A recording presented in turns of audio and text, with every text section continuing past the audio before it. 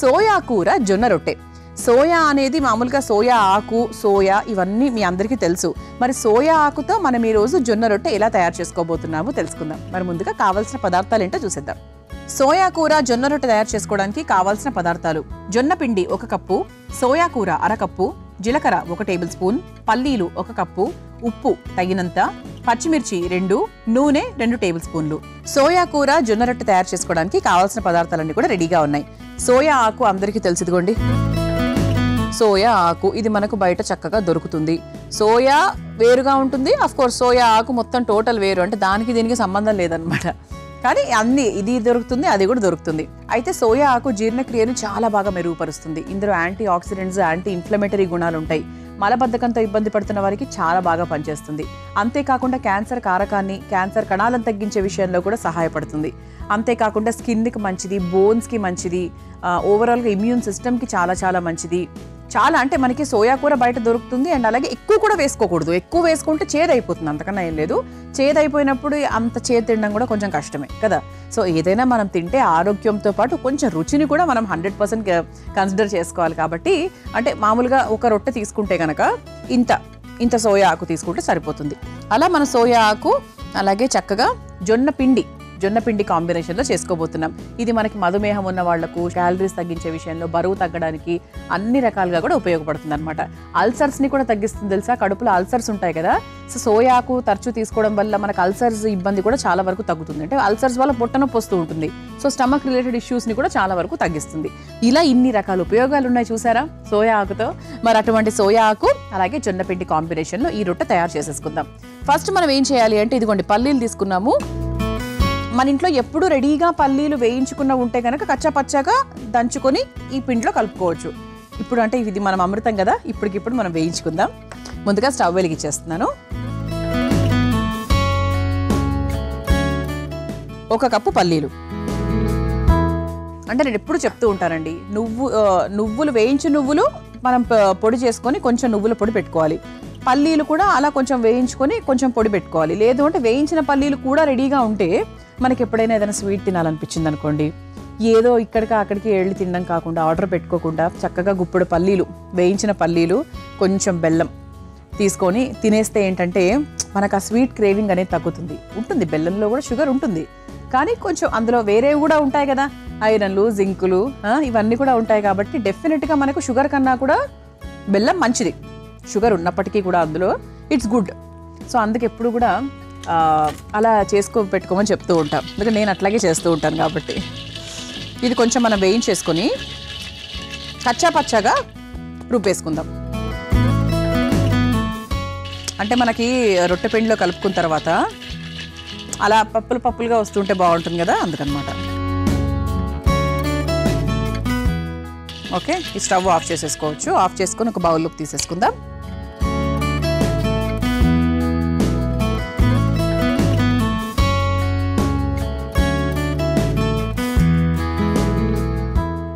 ఇలా వేయించుకున్న పల్లీలను నేను చక్కగా కచ్చా పచ్చాగా రుబ్బుకొని తెచ్చేస్తాను. ఆ తర్వాత మనం మెయిన్ ప్రాసెస్లోకి వెళ్ళిపోవచ్చు. చూసారా, ఇలా చక్కగా కచ్చా పచ్చాగా నేను రుబ్బేసుకున్నాను. ఒక 70% వరకు రుబ్బుకోవాలండి అది. ఇప్పుడు ఒక మిక్సింగ్ బౌల్ తీసుకుందాము. ముందు పిండి రెడీ చేసుకుందాం. ఓకే, సో పిండిలో భాగంగా మనం ఫస్ట్ కచ్చా పచ్చాగా రుబ్బుకున్న పల్లీలు ఉన్నాయి కాబట్టి అవి వేసేసుకుందాం. ఫస్ట్ ఒక 1/2 కప్పు దాకా వేసానండి. ఏమో అవసరం అనిపిస్తే మళ్ళీ వేసుకోవచ్చు. ఇందులో సోయా కూర, అంటే మనకి ముఖ్యమైన ఇంగ్రీడియంట్ ఏంటంటే సోయా కూర. ఎక్కువ వేయకూడదు, చూడండి ఎంత వేస్తున్నాను, అంతే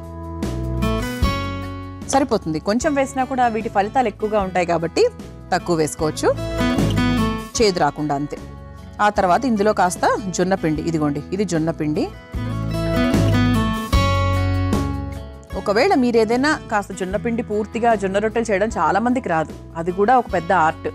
అది మీకు బటర్ పేపర్ మీద చేస్తే చాలా బాగా వస్తుందండి. 2 బటర్ పేపర్స్ తీసుకొని మధ్యలో జొన్న పిండి వేసుకొని దాన్ని బాగా ఇలా అనండి 2 వైపులా. అంటే మనకు ఒక ఇస్త్రీ చేసినట్టు చేసేసుకొని ఆ తర్వాత పై పేపర్ తీసేసి అది మనకు డైరెక్ట్గా ప్యాన్ మీద వేసుకోవచ్చు ఆ ఇంకో భాగం. ఇవన్నీ ట్రిక్స్ అనమాట. జొన్న రొట్టెలు చేయడానికి ఇది ఒక ట్రిక్స్. బికాస్ నేను కూడా అలాంటివే ఫాలో అవుతూ ఉంటాను ఇంట్లో, అందుకనమాట. ఎందుకంటే చాలామంది జొన్న రొట్టెలు చేయడం రాక వదిలేస్తూ ఉంటారు. కానీ అంత హెల్దీ, అసలు షుగర్ ఉన్న వాళ్ళకైతే బెస్ట్ అని చెప్పొచ్చు. లెవెల్స్ అనేవి అలా డ్రాస్టిక్గా తగ్గిపోతాయి. ఓకే, సో ఒకవేళ మీకు ఇందులో రాదు అంటే ఇందులో కాస్త గోధుమ పిండి కూడా మీరు వేసుకోవచ్చు. కాకపోతే ఇప్పుడు మనం పూర్తిగా జొన్న పిండితోనే చేస్తున్నాం. ఇది మీ ఇంటి చిట్కా అనమాట, మీకోసం చెప్పే చిట్కా. ఓకే, జొన్న పిండి వేసుకున్నాం కదా, ఇందులో పచ్చిమిరపకాయలు కూడా వేసుకుందాం. పేస్ట్ రూపంలో కావాల్సింటే మీరు పేస్ట్ రూపంలో కూడా వేసుకోవచ్చు. అంటే ముక్కలు ముక్కలుగా తగిలితే మళ్ళీ అని ఏమి ఉండదండి. మనం వేయించేస్తాం కాబట్టి పచ్చిమిరపకాయల కారం కూడా చాలా వరకు తగ్గిపోతుంది. కానీ పిల్లల కోసం చేయాలి అనుకుంటే కనుక పేస్ట్ వేసుకోండి. ఆ తర్వాత కాస్త జీలకర్ర, దానికి సరిపడా ఉప్పు వేసి ఇదొక్కసారి బాగా మిక్స్ చేసుకోవాలి. ఇందులో కాస్త వాటర్ పోసుకుందాం. కొంచెం వేడి నీళ్ళు పోసుకుంటే బెటర్ అండి దీనికి మాత్రం. ఎందుకంటే జొన్న పిండికి ఎప్పుడూ కూడా కొంచెం మనం వేడి నీళ్ళు పోసుకోవాలి, బాగా వస్తుంది.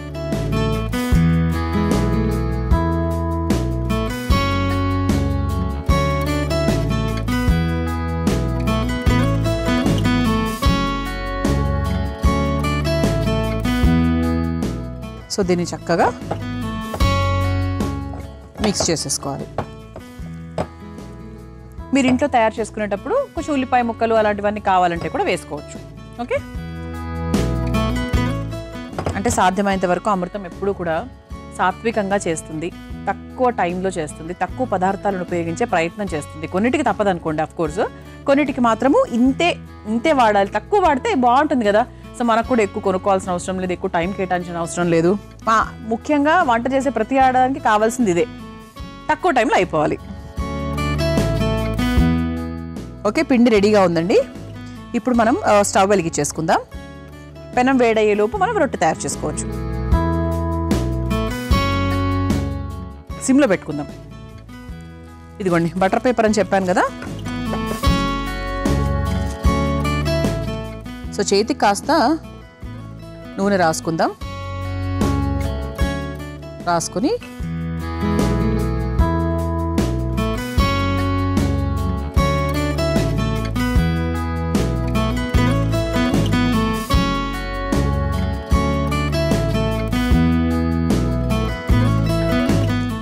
ఇలా మనం చేతికి అలా నూనె రాసుకుంటూ దీన్ని ఒత్తుకోవాలి. సో మనకి ఏంటి అంటే ఈ జొన్న రొట్టె చేయడం రాదు అవన్నీ కాకుండా మనకు చక్కగా కొన్ని ఆన్లైన్ సైట్స్లో కొన్ని బటర్ పేపర్స్ దొరుకుతున్నాయండి, థిక్గా రీయూజబుల్వి. మీరు అలా కూడా మీరు ఆర్డర్ పెట్టుకోవచ్చు ఎప్పుడైనా. సో అప్పుడు మీకు ఏంటి అంటే ఇంకా చాలా గట్టిగా ఉంటుంది ఆ పేపర్, సో ఈజీగా వస్తుంది.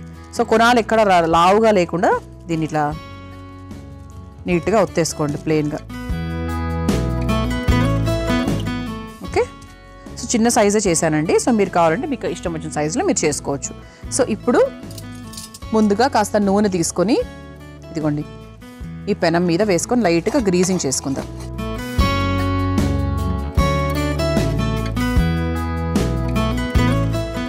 సో దీన్ని యాజ్ ఇట్ ఈజ్గా మనం ఈ పెనం మీద కూడా పెట్టేసుకోవచ్చు. ఇది కూడా ఒక చిట్కా.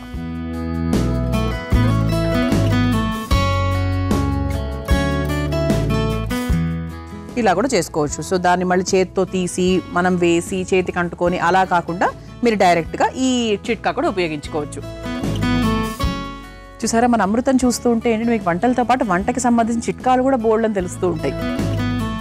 ఓకే, సో ఇప్పుడు మనము చక్కగా కాస్త నూనె వేసుకోవచ్చు, వెన్న వేసుకోవచ్చు, ఇంకా బాగుంటుంది, అసలు చాలా టేస్టీగా ఉంటుంది. ఇది మనం రెండు వైపులా కాల్చుకోవాలి, కొంచెం రంగు మారేంత వరకు కాల్చుకోవాలి, చాలా బాగా వస్తుంది. మనం చక్కగా జొన్న పిండిలో మన సోయా కూర వేసుకొని కావాల్సినవన్నీ వేసేసుకొని చక్కగా బటర్ పేపర్ మీద చాలా సింపుల్గా చేసేసుకున్నాం. చూసారా, ఇలా మనకు రంగు కూడా మారింది. సో రెండు వైపులా చక్కగా నెయ్యితో అయినా వెన్నతో అయినా కాల్చుకోవాలి. ఇలా చక్కగా మనకు వేగాలన్నమాట, బాగుంటుంది, కరకరలాడుతూ సూపర్గా ఉంటుంది. జొన్న పిండి కాబట్టి 100% మనకు ఆ రంగు అయితే వస్తుంది. స్టవ్ ఆఫ్ చేసేసుకొని దీన్ని మనం ఒక సర్వింగ్ ప్లేట్లోకి తీసేసుకుందాం. సో నేను అలా చక్కగా చిన్నగా ముద్దుగా చేసుకున్నాను. సో మీరు ఇంకొంచెం పెద్ద సైజు కావాలంటే పెద్ద సైజు చేసుకోవచ్చు. అసలు కొంతమంది జొన్న పిండి తీసుకొని దానికే అలా అలా అలా తట్టేస్తారనమాట. అది కూడా ఒక ఆర్ట్. అంత ఆర్ట్ మనకు రాకపోయినా కూడా ఈ విధంగా మనం సింపుల్గా చేసుకుంటే బెటర్ అండి. ఓకే, ఇలా మనకు సోయా కూర జొన్న రొట్టె రెడీ అయిపోయింది. మీరు తయారు చేసుకోవాలనుకుంటే కావాల్సిన పదార్థాలు, తయారు చేసుకునే విధానం మరొకసారి చూసేయండి. సోయా కూర జొన్న రొట్టె తయారు చేసుకోవడానికి కావాల్సిన పదార్థాలు: జొన్న పిండి 1 కప్పు, సోయా కూర 1/2 కప్పు, జీలకర్ర 1 టేబుల్ స్పూన్, పల్లీలు 1 కప్పు, ఉప్పు తగినంత, పచ్చిమిర్చి 2, నూనె 2 టేబుల్ స్పూన్లు.